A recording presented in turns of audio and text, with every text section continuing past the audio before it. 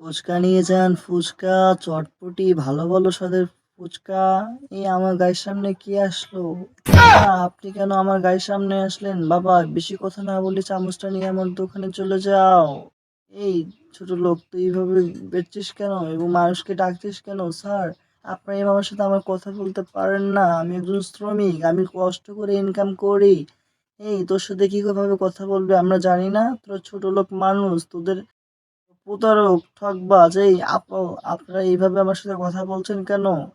এদেরকে মজা দেখাতে হবে। চলেন, আপনি আমার সাথে আজকে একটু অভিনয় করবেন, চলেন। এই তোমাদেরকে নিয়ে এসেছে আমার হাজবেন্ডের কাছে। তো তো আমাদের কি হয়েছে? তোরা তো ছোট লোক মানুষ, আপনি এভাবে আমাদের সাথে কথা বলতে পারেন না। জানেন না শ্রমিকদের অনেক মূল্যায়ন করতে হয়, তারা যদি না থেকে আপনাদের খাওয়া দিবে কে? এই ছোট লোকেরা, তোরা আবার এখানে এসেছিস? তোরা জানিস এই ফ্ল্যাটের দাম কত? আমি জানি না তোমরা কিভাবে এখানে এসেছো, তবু তোমাদের সাথে কোনো সম্পর্ক নেই।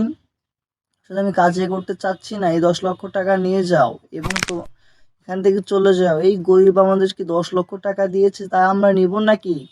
এগুলো তো ছোট লোকের চালবাল। চলে যাও এখান থেকে, তোরা ছোট লোক। তোরা কেন এখানে এসেছিস? জানিস এখানে কত বড় কনফারেন্স হয়?